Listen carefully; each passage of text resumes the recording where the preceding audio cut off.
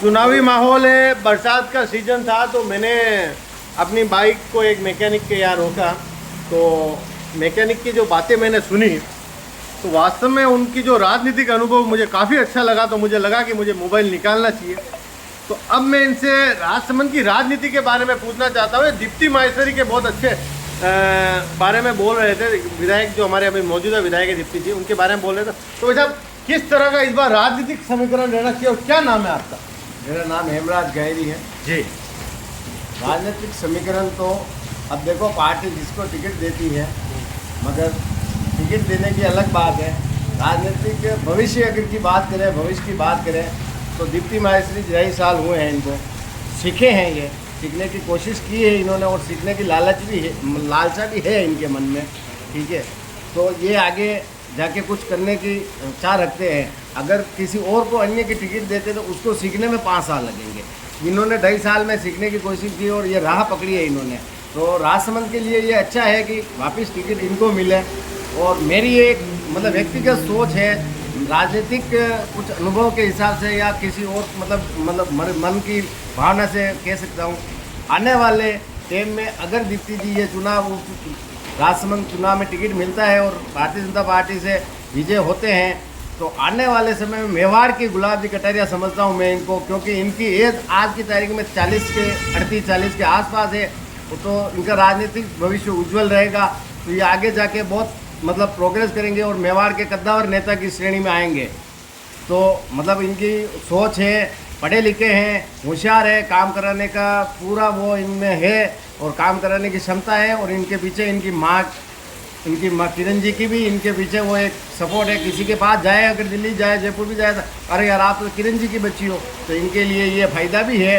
इसलिए मैं ये चाहता हूँ कि राजसमंद में अच्छा भविष्य है। इसलिए दीप्ति जी को अगर टिकट मिले तो बहुत सारे वोटों से जीतेंगे।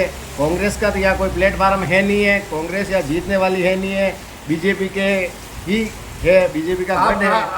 आप किसके समर्थक हैं ये बताइए? मैं भारतीय जनता पार्टी का समर्थक हैं। मैं ना एक व्यक्ति विशेष का समर्थक हूँ, मैं किसी का समर्थक नहीं। पर यहाँ पर अभी वो स्थानीय नहीं है।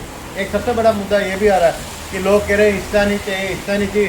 तो दीप्ति माहेश्वरी में स्थानीय की मांग को किस तरह वो निपट पाएंगे? देखो, मैं समझता हूँ स्थानीय की बात मांगने का अधिकार सबको है, स्थानीय को टिकट मांगना चाहिए।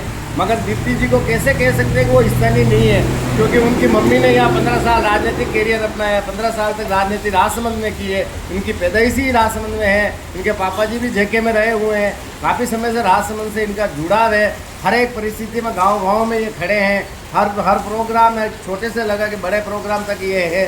तो इनके क्या कमी है कि स्थानीय नहीं है? हाँ ठीक है, स्थानीय की मांग है, वो मांग उठानी चाहिए। पार्टी अगर टिकट देती है तो वो एक अलग बात है, मगर आप ऐसे अंधगन आरोप लगा के किसी को बदनाम करने की जरूरत नहीं है। वो स्थानीय है, स्थानीय में कोई दिक्कत नहीं। पहले बता, कौन से गाँव से हैं आप? मैं धोइंदा ग्राम से। धोइंदा में कुमाऊं जाति भी काफ़ी सारी है जी, पालीवाल भी बहुत सारे हैं, अन्य समाज भी बहुत सारे हैं, कोई बात नहीं, वो भी है। आप मैकेनिक का काम करते हैं, देखिए इस समय इनका वर्कशॉप है। तो जो वर्कशॉप आपको इतनी मतलब अनुभव कैसे हुआ कि यार ये राजनीति की बात मुझे करनी चाहिए? आपको कैसे पता चल रहा है? देखो, बातें तो ये है कि राजनीतिक कुछ विचार है राजनीतिक के, और कहीं राजनीतिक बातें करते हैं, कहीं चौपाल में बैठते तो ही बातें करते हैं, कहीं भी बातें करते हैं। यहाँ भी आते हैं, राजनीतिक वाले लोग भी आते हैं।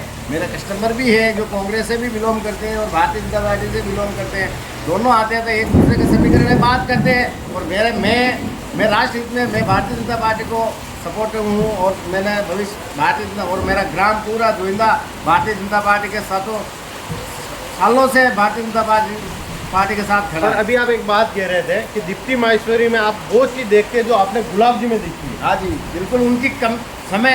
उनकी कम उम्र के हिसाब से और उनकी राजनीतिक लगन और सीखने की क्षमता के हिसाब से ये चीज़ देखता हूँ। काफ़ी अच्छी बात ये कह रहे हैं कि मेवाड़ में गुलाब जी के जाने के बाद में एक अच्छे नेता और एक अच्छे पद वाले नेता की कमी कहीं ना कहीं खिल रही है। तो इनको लगता है कि विधायक दीप्ति माहेश्वरी उन पर खरी उतरेगी और मेवाड़ के एक नेता के रूप में अपना पद रखेगी। राहुल आचार्य, इसी तरह हम लोगों से चौपालों पे मिलते रहेंगे। अगर आप भी चाहते हैं कि हम आपके पास में आए या आप हमारी खबरें देखें या आप लोगों की बातें सुने, तो